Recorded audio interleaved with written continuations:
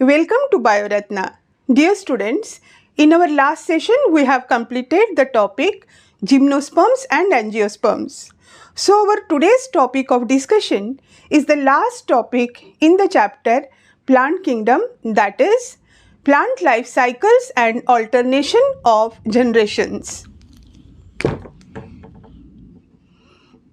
So it is plant life cycles and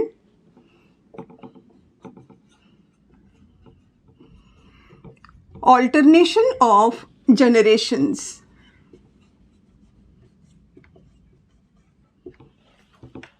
बच्चों, it is always a practice with us that before starting any new topic, we are always revising the previous topic. This will be a great tool for class 12 students for a quick brush up for doing the revision of class 11th syllabus during their busy schedule of class 12th. And it is equally important for you, class 11 students, as this is your foundation year. Revisions will be thorough with all the points. Though it will be quick, but they will be thorough. And so you will also get to have to test yourself that whether you have done the previous topics also properly or not. तो ये ऐसा नहीं रहेगा कि आप नया पढ़ते जा रहे हो और पुराना भूलते जा रहे हो. So let us first revise the gymnosperms and angiosperms. So it is first the revision of gymnosperms and angiosperms. Let us first take the gymnosperms. Gymno means naked and sperma means seed.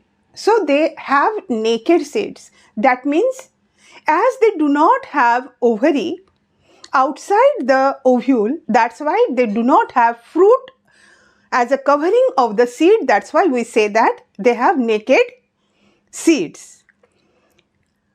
About their size, they can be shrubs, they can be medium-sized trees, or they can be tall trees.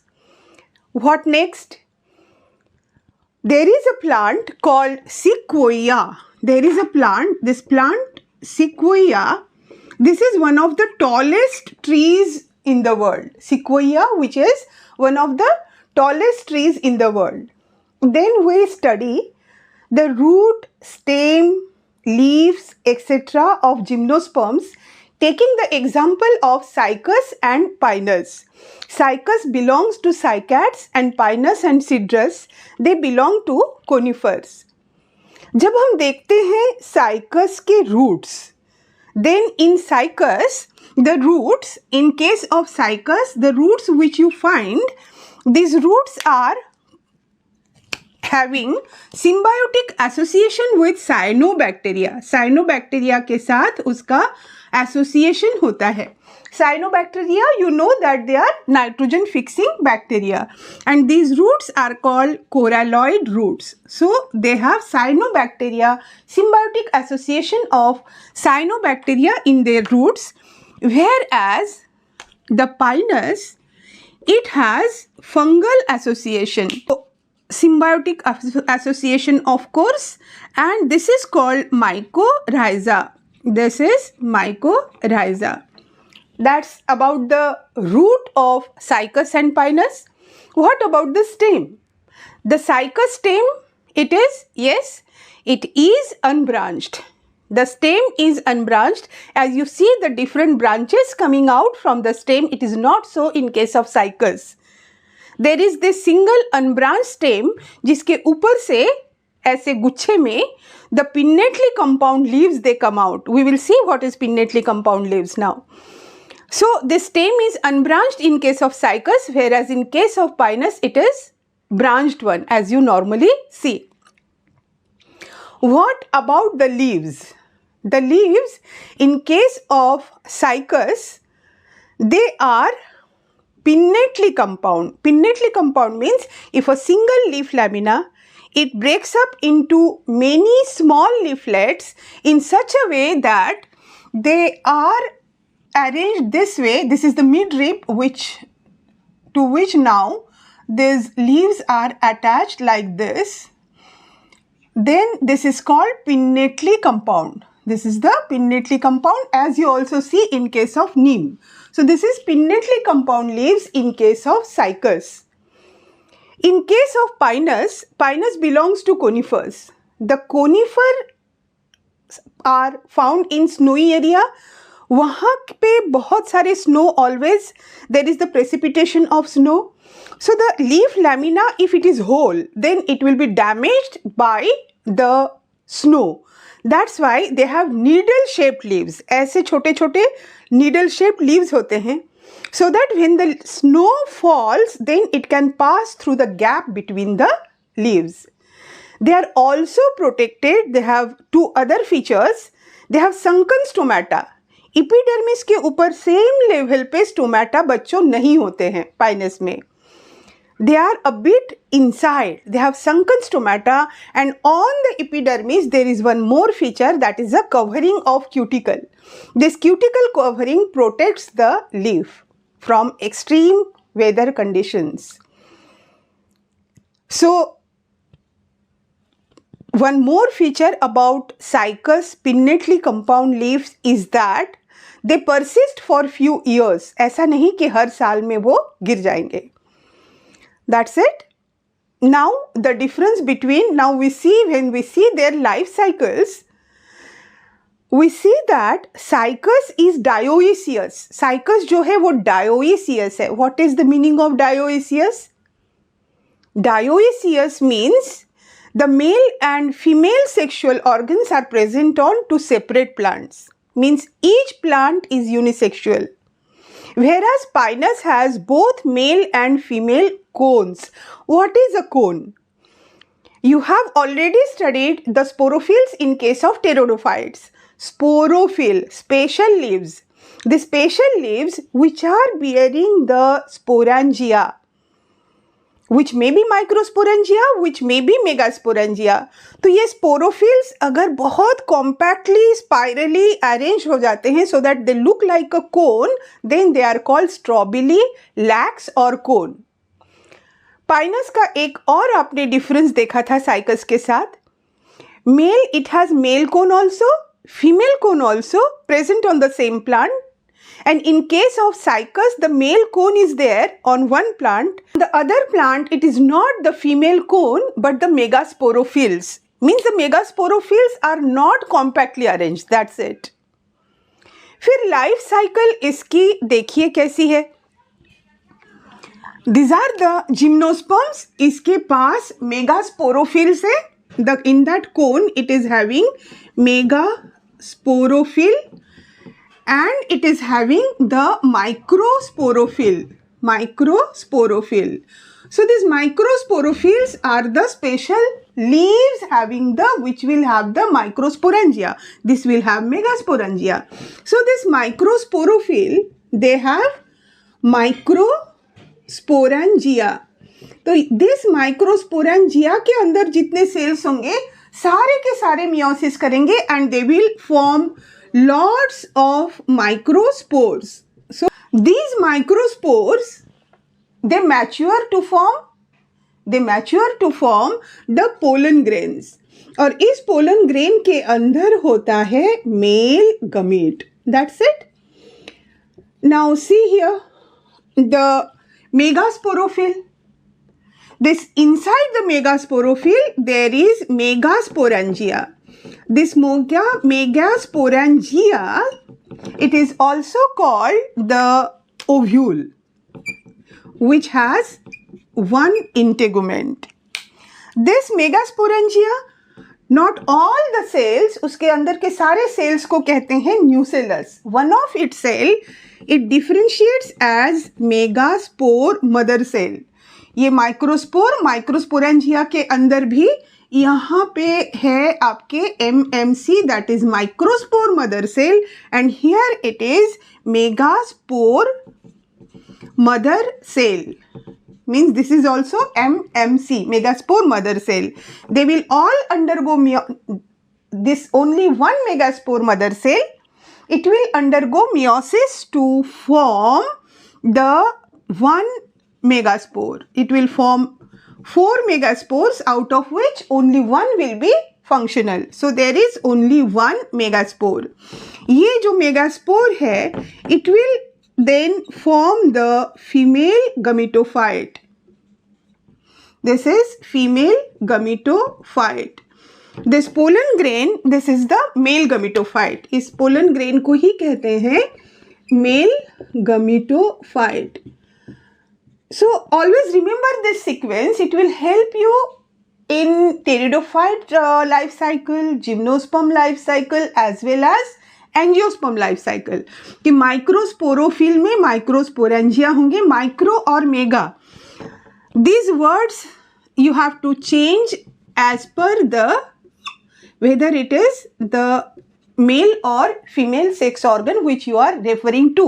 And then it will be microsporophil having microsporangia. Microsporangia having many cells. They divide by meiosis to form many microspores. The microspores, they mature into gametophyte. This gametophyte has the gamete. Sporophil having sporangia. Sporangia having the mother cells. The mother cells forming the spores. The spores forming the gametophyte. Male और female सामने लगा लीजिए. So here it is female gametophyte, and this female gametophyte, it bears two to more archegonia. Archegonia, inside which there is this female gamete. This is the female gamete. Now what will happen? These pollen grains by wind, this is wind pollination, air pollination. By means of wind, by the agency of wind, these pollen grains, they reach the archegonia, and then this male gamete, it fertilizes the female gamete. Thus a zygote is formed. Then the ovule, it will change into a seed, and that seed is naked as it is not having the covering of ovary. That is the revision of gymnosperm.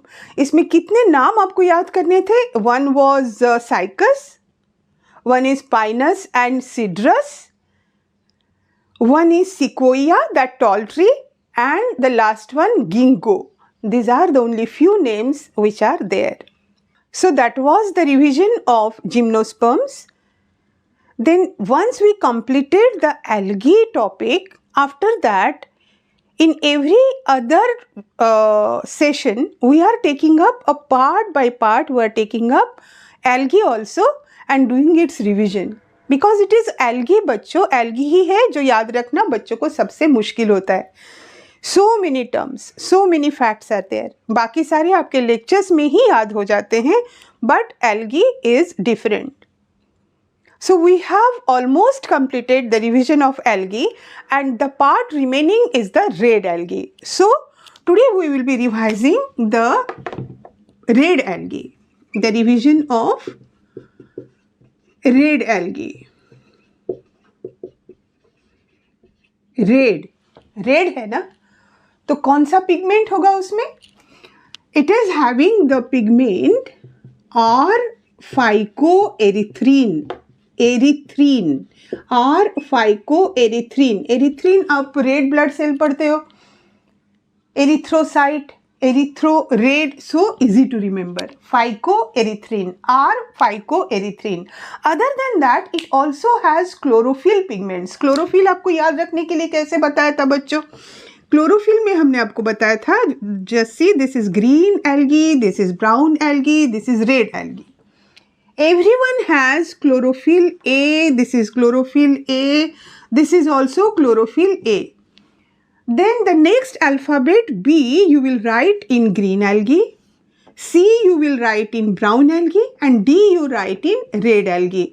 That means The red algae, it also has, other than R-phycoerythrin, which is providing it the red color, it has chlorophyll A and chlorophyll D. Then, what is its habitat? ये fresh water में भी मिलता है, ये brackish water में भी मिलता है, ये मरीन वाटर में भी मिलता है, but mostly it is found in marine water and it is mostly concentrated in the warmer regions. ज़्यादातर मरीन में, मोस्टली मरीन में, that too concentrated in warmer region. और ये जो समुंदर है इसके एकदम deep inside it may also be found where little sunlight penetrates, or it may also be found in the upper regions where it is well illuminated by sunlight. दोनों जगह ये पाए जाते हैं. इसके बाद रिप्रोडक्शन कर लेंगे. तो रेड एल्गी का रिवीजन कंप्लीट. बहुत छोटा सा था. हमने पढ़ा कि इसके हैबिटेट में fresh water, brackish water, marine water, mostly marine water. Upper region में भी पाया जाता है समुंदर में, where it is well lit. Depth में भी पाया जाता है, where little light is penetrating. You have seen that they are concentrated in the warmer zones of the oceans. इसके आपने पिगमेंट्स देख लिए, R-phycoerythrin and chlorophyll A and chlorophyll D. Now it's sexual reproduction. No, first see the vegetative reproduction. The vegetative reproduction आपने सब में लिखा था, green, brown, red में. Vegetative is by fragmentation. And then the asexual reproduction is by spores, and sexual reproduction is by means of gametes.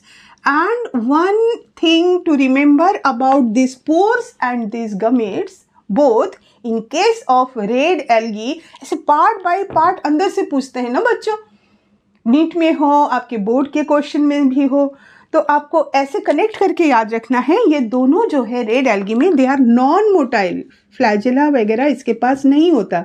Where as remember the brown algae, brown algae के spores हो चाहे gametes हो, they were biflagellated. Brown algae I am talking about, they are biflagellated. Both flagella were unequal and they were laterally attached. They were laterally attached to the pyriform spore or pyriform gamete. Pyriform means pear-shaped.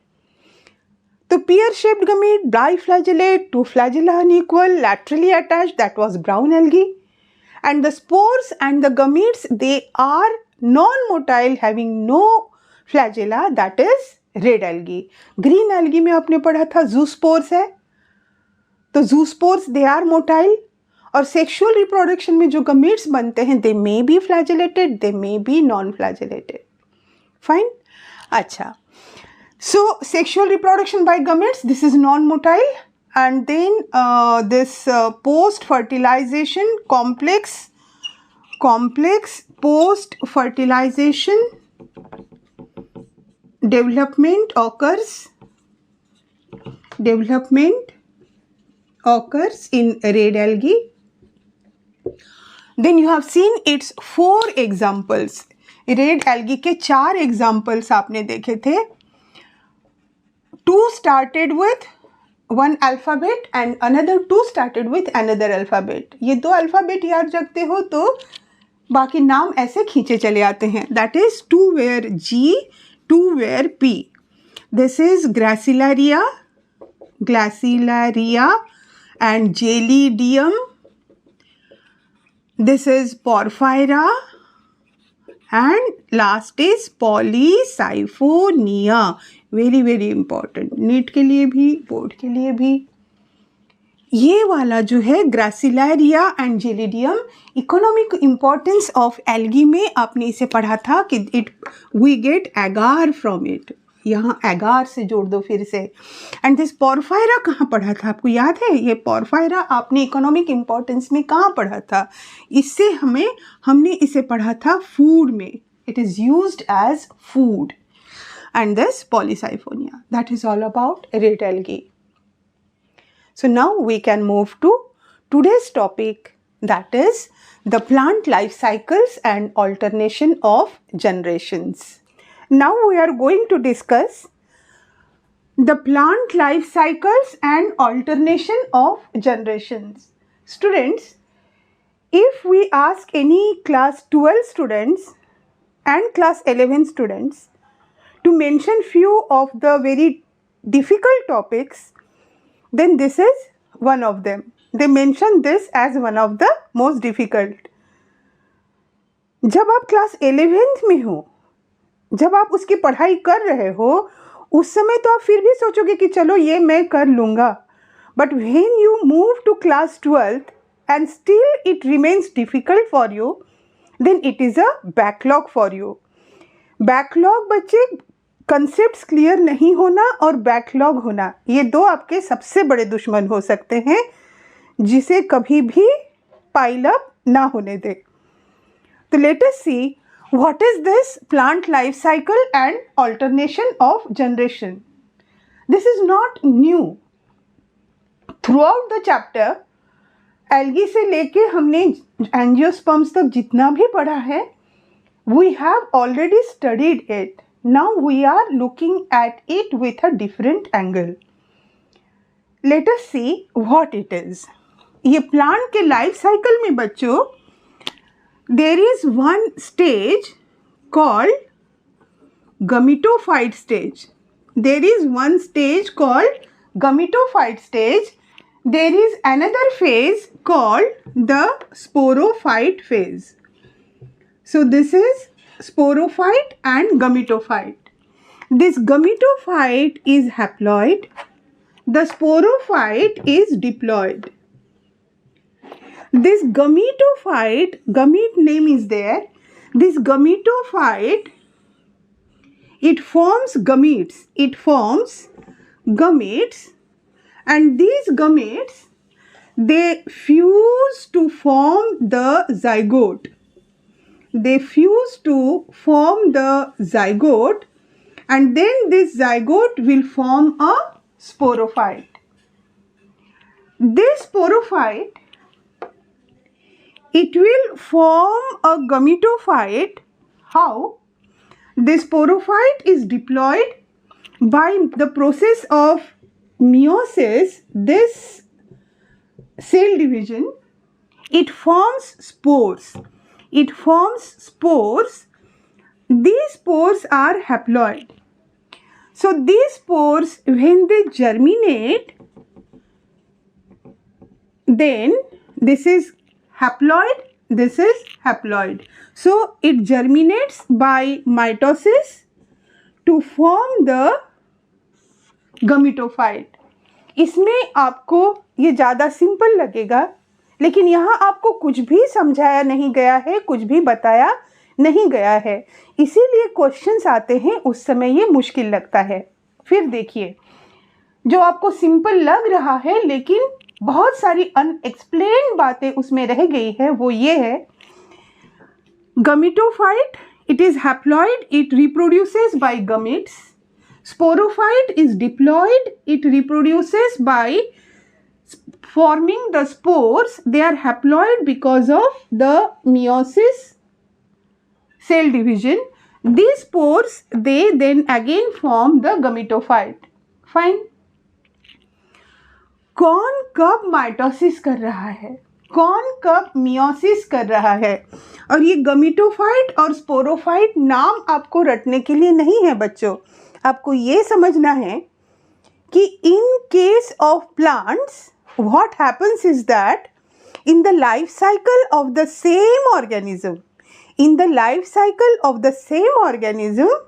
there is one body which is having all cells having haploid cells. There is another body which all the cells are diploid. I repeat, in the same organism, in its life cycle, it passes through two stages. एक में उसकी diploid body बन जाती है which we call sporophyte, एक में उसकी haploid body बन जाती है विच वी कॉल गमीटोफाइट. आप एक एग्जाम्पल ले लो ह्यूमन बीइंग का. Our whole body is all cells are diploid having 2 sets of chromosome. फिर हमारे जो गमीट्स बनते हैं उसमें 1 सेट ऑफ क्रोमोसोम होता है. क्या ऐसा होता है कि हमारे गमीट्स डिवाइड करना शुरू कर दे माइटोसिस से और एक हैप्लॉइड क्रोमोसोम वाले, हैप्लॉइड सेट होने वाले सेल्स की एक बॉडी बना दे? No, they don't do that. दोनों गमीट्स जब मिल जाएंगे, डिप्लॉयड हो जाएंगे, तब वो फिर से डिप्लॉयड बॉडी ही बनाते हैं। मतलब जब बॉडी हमारी बनती है तो डिप्लॉयड ही बनती है, और वो जो हैप्लॉइड स्टेज है that is not allowed to undergo mitosis. ये है आपका मेन कैच पॉइंट, यही है आपका मेन कैच पॉइंट। एक सिंगल लाइन जिसे समझ जाते हो तो आप समझ जाते हो प्लांट्स में दो तरह की बॉडी क्यों बनती है। The sentence which I want you to remember is the haploid cells in plants can undergo mitosis। अभी भी कुछ समझ में बच्चों नहीं आया है। देखो, haploid cells means what? Haploid means N, we designate it as N। Haploid को अच्छे से आप ऐसे समझते हो, you are studying 5 subjects, physics, chemistry, bio, English, optional.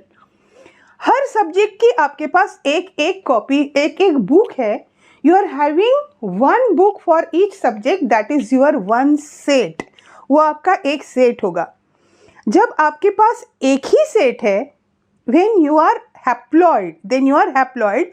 कोई आपसे अगर मांगने आए कि मुझे एक फिजिक्स की बुक दे दो या मुझे बायो की बुक दे दो, क्या आप दे पाओगे? Then you can not afford to further divide it. और इसीलिए जो हैप्लॉइड सेल्स होते हैं, प्लांट्स में हो चाहे एनिमल्स में हो, as they have the minimum required chromosomes. Books के साथ क्रोमोसोम को आपने रिलेट कर लिया कि हर ऑर्गेनिज्म में जितनी उसकी इंफॉर्मेशन है, उसके लिए जितने जीन्स है, उसके लिए जितने क्रोमोसोम्स चाहिए। जैसे हम में वे है 23 क्रोमोसोम्स, तो 23 क्रोमोसोम के हर क्रोमोसोम में अलग अलग इंफॉर्मेशन है। उसमें से कोई भी एक निकाल के हम अपनी फिजिक्स की बुक, केमिस्ट्री की बुक निकाल के नहीं दे सकते हैं। So that is haploid set. जब भी हैप्लॉइड रहता है, आप आंख बंद करके बोलोगे कि ये प्लांट सेल हो चाहे एनिमल सेल हो, this can not undergo meiosis. Meiosis बच्चों एक ऐसा डिवीजन है जिसमें number of chromosome daughter cell में आधे हो जाते हैं। मियोसिस जो है, this meiosis it is reductional division. Reductional division का मतलब ये है कि अगर किसी ऑर्गेनिज्म के सेल में सपोज 46 क्रोमोसोम है, तो इस डिवीजन के बाद हर सेल में 23 क्रोमोसोम हो जाएंगे, रेड्यूस होके हाफ हो जाएंगे। That is meiosis. तो मियोसिस हमेशा डिप्लॉयड सेल ही कर सकते हैं। आपके पास एक एनसीईआरटी की भी पूरी 5 बुक की सेट है, आपके पास किसी एक रिफ्रेशर की भी 5 बुक की सेट है। तो कोई भी मांगे आप एक सेट उठा के दे सकते हो कि चलो ठीक है, ये ले जाइए, मैं दूसरे से पढ़ रहा हूँ। So meiosis can be done by diploid one but not by the haploid. ठीक है, आपसे कोई भी नाम ऐसे कुछ एक्सफाइट में बताइए कि it is haploid. Can it divide by meiosis? Let me tell you, there is no organism called X-phyte. What I am trying to register in your mind is that कोई भी नाम दे दे किसी भी ऑर्गेनिज्म का जो आपको याद नहीं हो, आपका स्लिप कर गया हो, आपके समझ में नहीं आ रहा हो, या ऐसे ही उसको डाला गया हो, ये चेक करने के लिए कि आपका ये कंसेप्ट क्लियर है कि नहीं, कि the haploid cells they do not undergo meiosis. वो फर्दर अपना सेट डिस्टर्ब नहीं कर सकते हैं। तो कोई भी नाम देके अगर आपसे पूछा जाए कि ये हैप्लॉइड है, अब बताइए ये मियोसिस करेगा, तो आप कहते हो नहीं करेगा।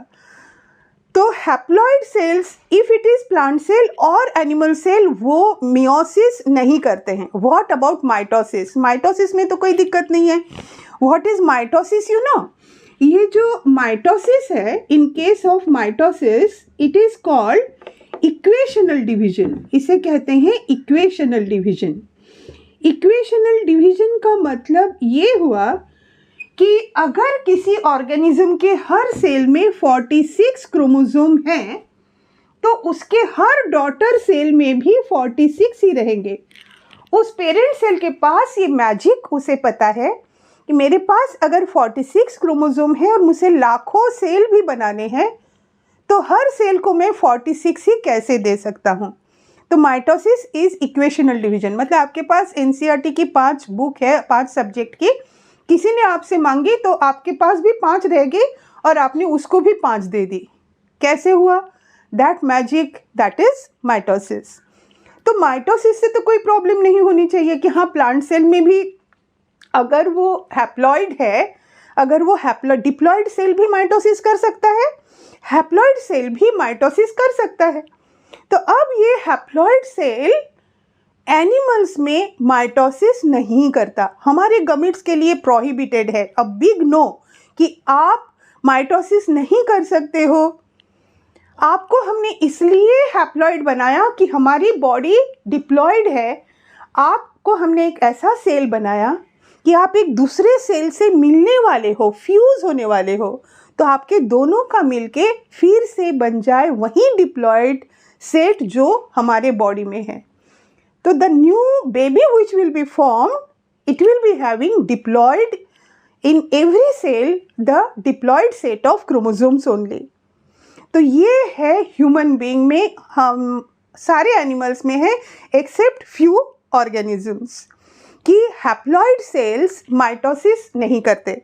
इसका मतलब हैप्लॉइड सेल किसी में भी मियोसिस नहीं करते, और हैप्लॉइड सेल एनिमल्स में with few exceptions of course mitosis नहीं करते। माइटोसिस इज इक्वेशनल डिवीजन, इसीलिए सेम टू सेम जब करना है तो माइटोसिस होगा, मियोसिस होगा। इसमें इतने परेशान हो जाते हो। जब क्रोमोसोम नंबर सेम रखना है तो माइटोसिस करना है। Zygote is diploid, the organism body is diploid, तो it has to be mitosis. अगर उसे नंबर आधे करने हैं, it has to be meiosis. अब प्लांट सेल में ये ऑल्टरनेशन ऑफ जनरेशन मतलब ये गमीटोफाइट भी एक पूरी बॉडी है, गमीटोफाइट भी एक पूरी बॉडी है which is having the cells which are haploid. Sporophyte भी एक पूरी बॉडी है which is having the cells which are diploid.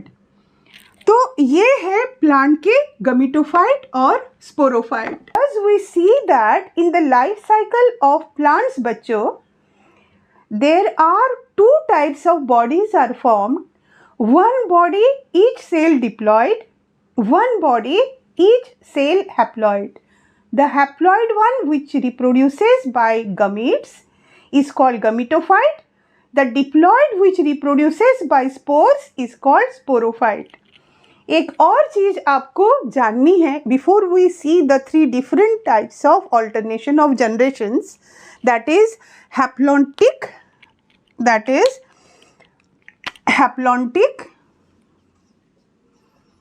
diplontic and haplodiplontic। इतनी वेरिएशंस पाई जाती है अलग अलग प्लांट ग्रुप के लाइफ साइकिल में। ये जब हम देखेंगे उससे पहले आप एक और चीज़ जान लीजिए। यहाँ पे जितने आपके कॉन्सेप्ट्स क्लियर हो गए उसके बाद आपको लाइफ साइकिल में दिक्कत नहीं आएगी।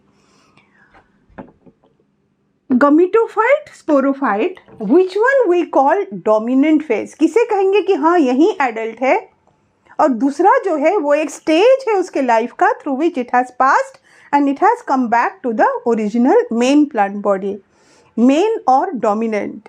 हम dominant phase उस body को कहते हैं, उस stage को कहते हैं which is for longer duration, which has more number of cells and which is independent। ये सारे characters उसमें होने चाहिए। which is independent, as it has chlorophyll, that's why it can produce its own food। So now let us see the 3 different types of life cycles, different types of alternation of generations, that is haplontic, diplontic and haplodiplotic. So there are 3 types of life cycles बच्चों, यहाँ लिख के रख दें तीनों के नाम. One is haplontic, one is diplontic and one is haplodiplotic. Let us start first with haplontic. Haplontic life cycle देख लें. आपको ये ऐसे याद रखना है, लाइफ साइकिल है ना, एक साइकिल 2 स्टेज से पार होते हुए वो पहले वाले स्टेज पे पहुंच रहा है. So it will be always, तीनों को हम जब बनाएंगे everyone will be in a circle, तो हम हर समय एक सर्कल बनाने वाले हैं बच्चों.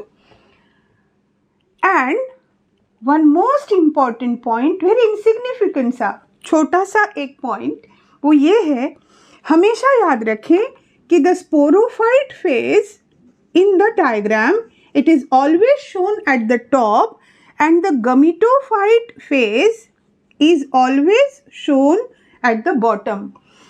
Whether it is sporophyte is dominant or gametophyte is dominant, उससे कोई फर्क नहीं पड़ता.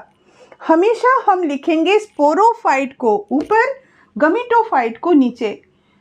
बच्चे हमेशा हाथ में पेन लेके ऐसे ऐसे करते रहेंगे इन कंफ्यूजन. स्पोरोफाइट किधर लिखेंगे, गमीटोफाइट किधर लिखेंगे. स्पोरोफाइट हमेशा ऊपर, गमीटोफाइट हमेशा नीचे. दूसरी बात ये, here we are seeing the haplontic life cycle. Consider this whole circle as a cake.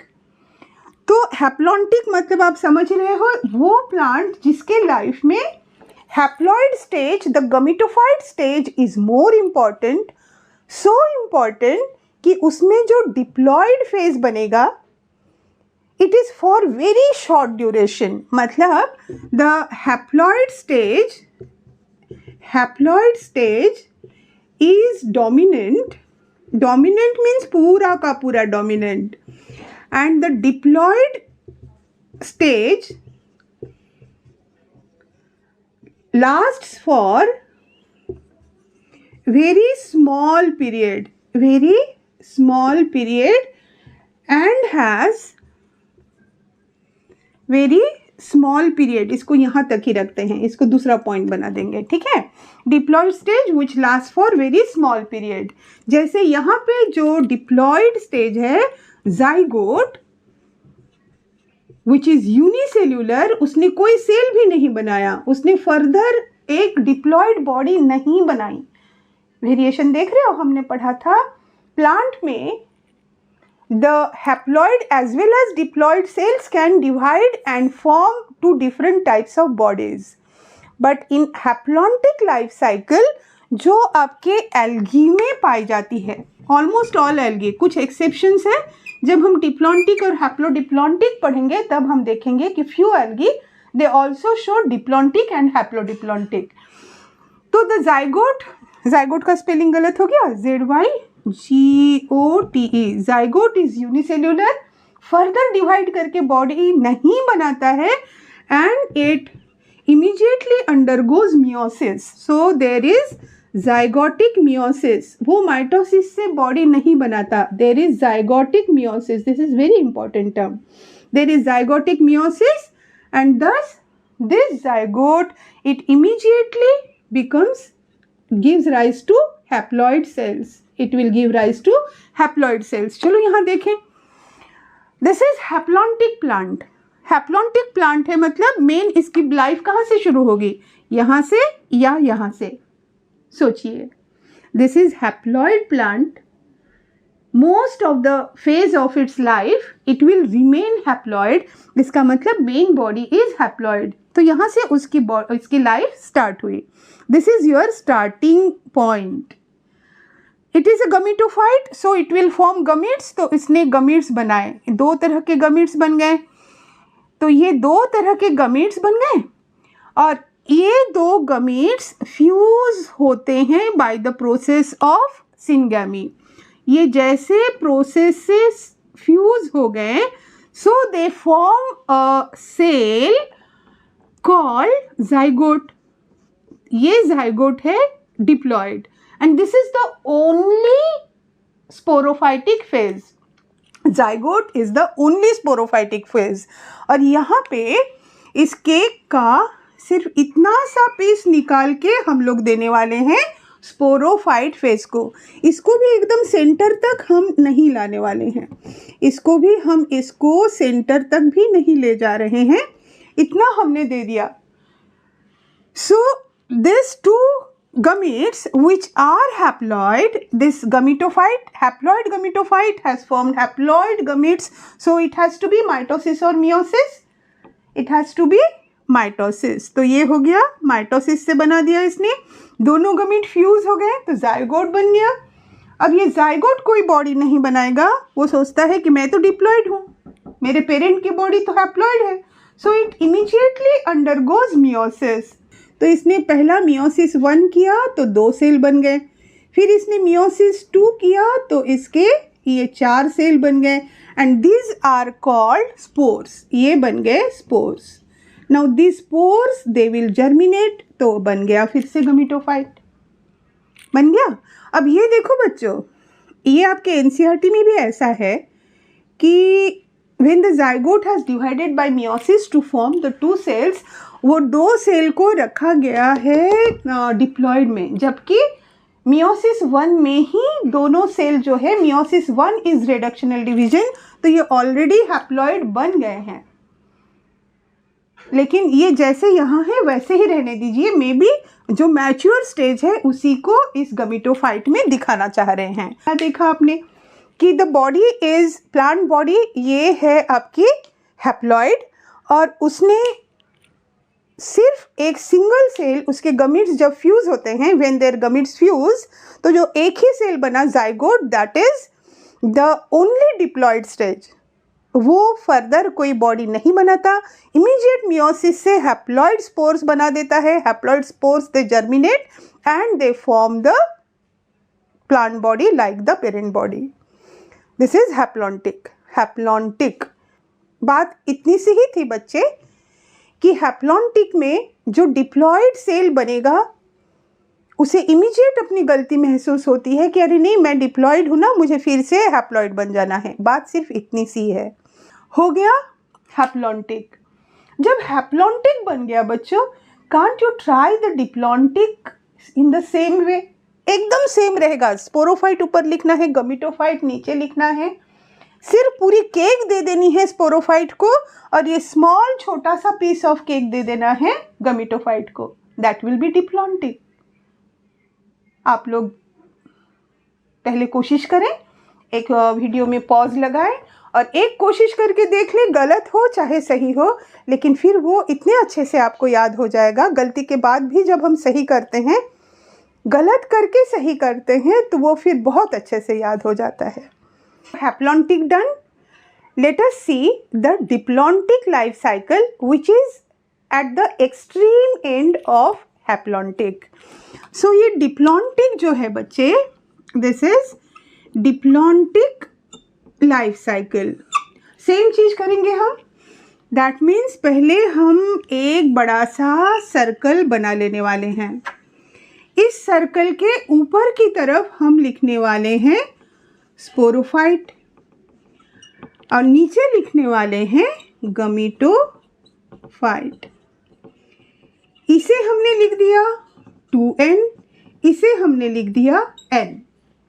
As we are seeing the diplontic life cycle, that means diploid he main है, बहुत देर तक रहने वाला है, और जो हैप्लॉन्टिक ये है उसका स्टेज है, हैप्लॉइड स्टेज है, that will be for a minimum period of time.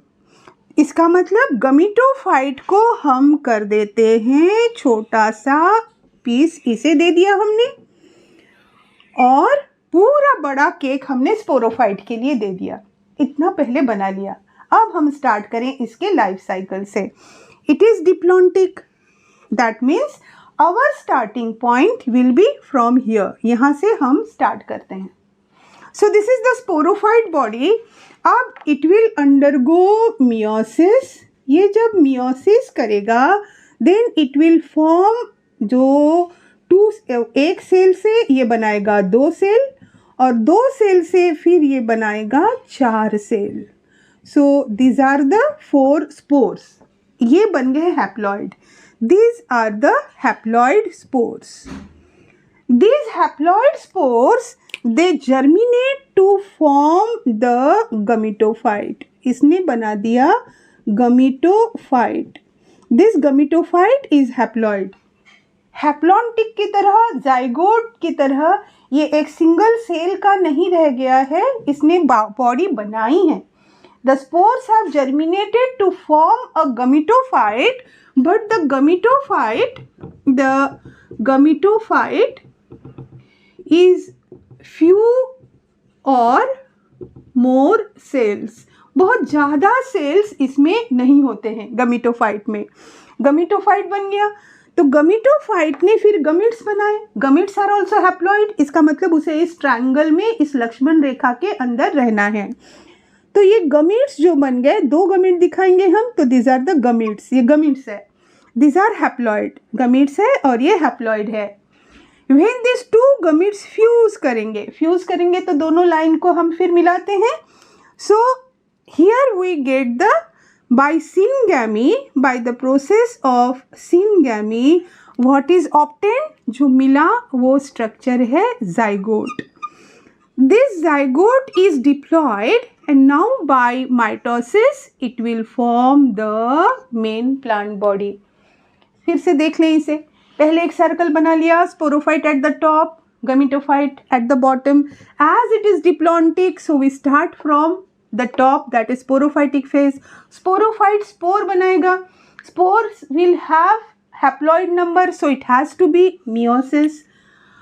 Spores haploid है तो हैप्लॉइड स्पोर्स को आपको इस ट्रायंगल के अंदर ही बनाने हैं. इसीलिए आपने ये 4 जो स्पोर्स बन गए, you have drawn it inside this triangle. The spores they germinate to form a gametophyte, जिसमें कुछ सेल्स होते हैं, जैसे एंजियोस्पर्म्स में आपको याद है, इसका एग्जाम्पल है डिप्लॉन्टिक का. It is found in this gymnosperms and angiosperms. ये पाया जाता है जिम्नोस्पर्म एंड एंजियोस्पर्म. प्लस हमने पढ़ा था ना कि एल्गी में कुछ एक्सेप्शन होते हैं, तो एक एल्गी का भी एग्जाम्पल ले लीजिए. फ्यूकस. फ्यूकस क्या है? Brown algae. This is brown algae. This fucus brown algae. The most of algae are haplontic, लेकिन ये फ्यूकस जो है वो डिप्लॉन्टिक है. So the gymnosperms, angiosperms they show this diplontic life cycle. तो एंजियोस्पर्म में आपने पढ़ा था वो फीमेल गमीटोफाइट का, याद है? कितने सेल होते हैं उसमें? द फीमेल गमीटोफाइट और embryo sac, it has 7 sales.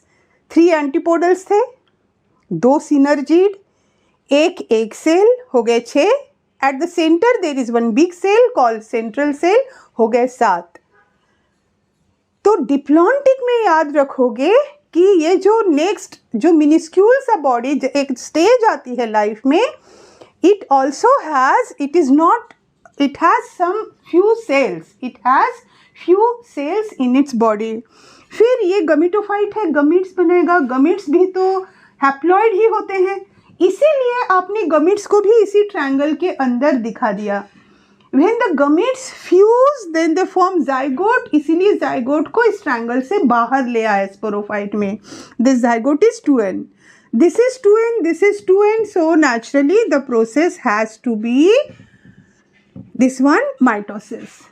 That's diplontic. That's diplontic. Please write in the comment box how you are finding it. Are you finding it difficult from any angle? Let us now move to haplodiplontic. शुरू में ही जो हमने इतना पढ़ा कि plant cell जो है haploid हो चाहे डिप्लॉइड हो, दोनों माइटोसिस कर सकते हैं, दोनों बॉडी बना सकते हैं. तो आप कहोगे यहाँ तो ऐसा नहीं हो रहा है, हमें या तो हैप्लॉन्टिक और डिप्लॉन्टिक में कोई एक ही तरह की बॉडी दिख रही है. दूसरी वाली जैसे ये स्पोरोफाइटिक में The diploid body, it is the main body, it is the green body, it is the independent body. लेकिन ऐसे दो ग्रुप्स है, ब्रायोफाइट्स एंड टेरिडोफाइट्स, जिसमें एकदम प्रोमिनेंट से दोनों स्टेज बहुत प्रोमिनेंट से बनने वाले हैं। दोनों स्टेज प्रोमिनेंट, दोनों स्टेज में ढेर सारे multicellular body, bryophytes, pteridophytes, haplodiplontic life cycle. Let us see that one and few examples of algae which show haplodiplontic life cycle.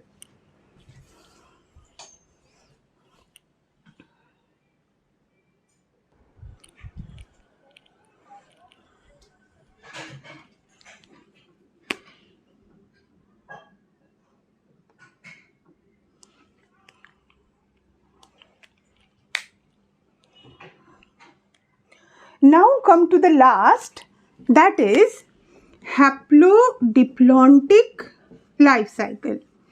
Haplodiplontic life cycle. ये कैसे डिफरेंट है आपके हैप्लॉन्टिक और डिप्लॉन्टिक में? हैप्लॉन्टिक में डिप्लॉन्टिक फेज की stage की कोई वैल्यू ही नहीं है, डिप्लॉन्टिक में हैप्लॉइड की कोई वैल्यू ही नहीं है, बहुत कम समय के लिए, या तो सिंगल सेल या few cell stage. Whereas in case of haplodiplontic one, both stages are multicellular. दोनों stage, both stages are multicellular. दोनों sufficient टाइम के लिए रहेंगे, लेकिन of course one will be predominant. एक थोड़ा ज़्यादा ड्यूरेशन के लिए है, एक थोड़ा कम समय के लिए. द एग्जाम्पल्स आप पहले ही पढ़ते हो तो ये और अच्छे से आपको क्लिक करता है.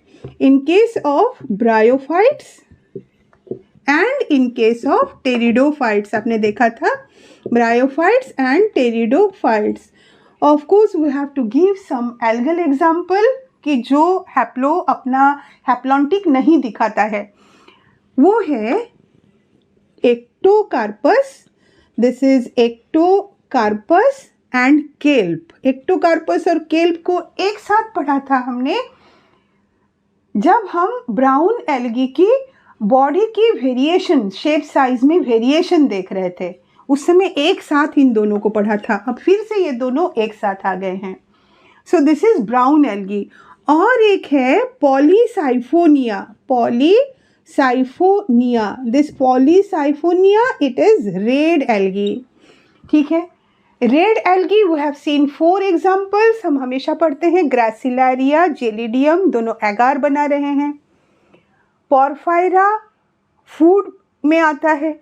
पॉलीसाइफोनिया अकेला रो रहा था कि मुझे कहीं पे नहीं बताया गया, मेरा सिग्निफिकेंस कुछ नहीं बताया गया, तो ये आ गया आपका पॉलीसाइफोनिया यहाँ, which is showing haplodiplontic life cycle. चलिए, अब जिस तरह से हमने बनाए थे हैप्लॉइड और डिप्लॉइड, हैप्लॉन्टिक और डिप्लॉन्टिक लाइफ साइकिल, वैसे ही पहले एक हम बना लेते हैं पूरा सर्कल. इस सर्कल में द नियम वही है, same. Eight the top you will show the sporophyte phase, that is diploid phase, and at the bottom we are going to show the gametophyte stage which is the haploid stage. इतना हो गया.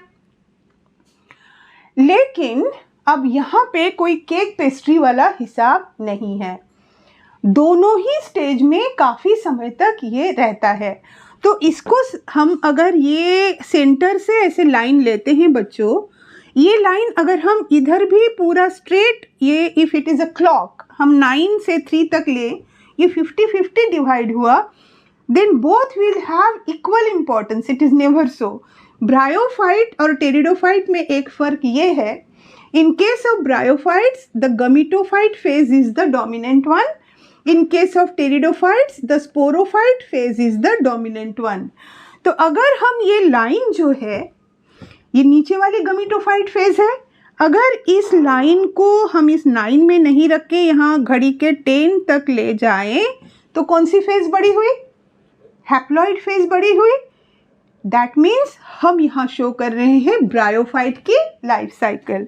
ऐसा अगर हम नहीं करते, अगर हम इस 9 वाले लाइन को नीचे ले आते, so now the sporophyte phase is for longer duration, so then it becomes that of pteridophyte.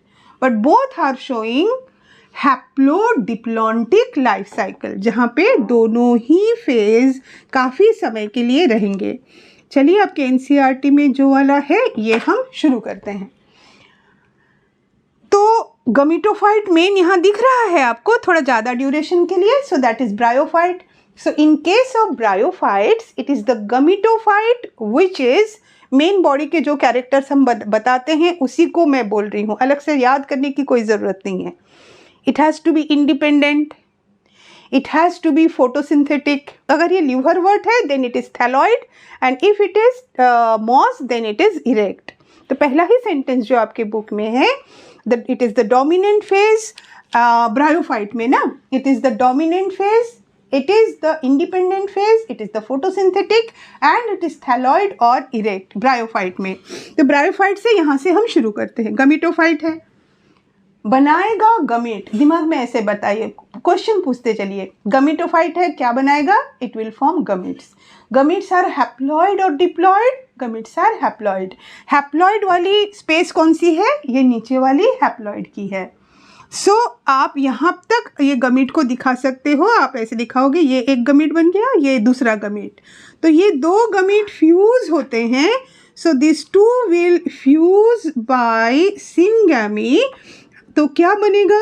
Then they will form the zygote, and this zygote is diploid. हो गया. अब इस now in bryophytes and pteridophytes दोनों body बननी है. इसने body बनाई, इसकी तो मेन बॉडी थी ही, अब एक दूसरी बॉडी बनेगी. So this zygote it will divide by mitosis and it will form the sporophyte body. Sporophyte body बन गई. तो ये स्पोरोफाइट बॉडी, दो बॉडी बननी थी, दो बन गई. अब एक तीसरी बॉडी नहीं बनने वाली है. सो नाउ दिस स्पोरोफाइट ये सोचता है हो गया बहुत, तो ये 2n है, ये n है. It will undergo meiosis. तो मियोसिस होगा, 4 सेल बनेंगे. पहले वाले 2 हमने यहाँ बना दिए और दूसरे ये जो बन गए स्पोर्स यहाँ बना दिए. These are the spores which are haploid. These will germinate to form the gametophyte. This is germinate and this is by mitosis. ये हो गया mitosis. एक बार फिर रिपीट कर लें. ज़रूरत है चाहे नहीं है. नहीं है बोलोगे तो बड़ा अच्छा लगेगा, लेकिन इट विल ऑलवेज हेल्प. चलो एक बार देख लेते हैं. अगर टेरिडोफाइट है तो हम यहाँ से स्टार्ट करेंगे. अगर इस टेरिडोफाइट का डायग्राम बनाने बोला जाए, हैप्लोडिप्लॉन्टिक टेरिडोफाइट आपके बोर्ड में, तो आप ये वाली लाइन को सिर्फ नीचे की तरफ खींच दोगे. इतनी छोटी सी ये सारी चीज़ें आपको अप्लाई करते चलनी है अपने दिमाग में, ठीक है. तो यहाँ this is bryophyte. So this gametophyte it produces gametes. अब गमीट्स फ्यूज होके जाइगोट बनाएंगे जो है डिप्लॉइड. तो इसको हमने निकाल दिया जाइगोट को इस जोन से बाहर में. This zygote it has form the sporophyte. ये स्पोरोफाइट जो है ये मल्टीसेल्यूलर है. ये स्पोरोफाइट स्पोर्स बनाता है. स्पोर्स आर हैप्लॉइड, तो स्पोर्स को हमने फिर से हैप्लॉइड जोन में डाल दिया. They will germinate and they will form the gametophyte. In case of pteridophyte, it is the sporophyte which is the dominant. फिर dominant साथ में हम photosynthetic लिखते हैं, फिर उसके साथ हम independent लिखते हैं. उसके साथ एक word use है that is vascular. क्योंकि ब्रायोफाइट्स तक बच्चों, algae and ब्रायोफाइट्स वहाँ तक vascular bundles नहीं बने थे और it was pteridophyte जहाँ vascular बना था. तो अगर ऐसा आता है dominant, photosynthetic, independent, erect or thalloid, that is bryophyte. Same things are written, but in place of erect or thalloid, vascular bundles, vascular body लिखा हुआ है, then it is pteridophyte. And the algal examples also we have written. That completes the plant kingdom. That completes the plant kingdom, बच्चा. So we will move to animal kingdom from Wednesday. You shouldn't have any backlogs. You shouldn't have any backlogs. Take care of that you don't have any backlogs.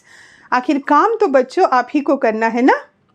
सो अच्छे से सारी चीज़ों को पढ़ लें, सारे questions बना लें, एनसीईआरटी में अंडरलाइन कर लें।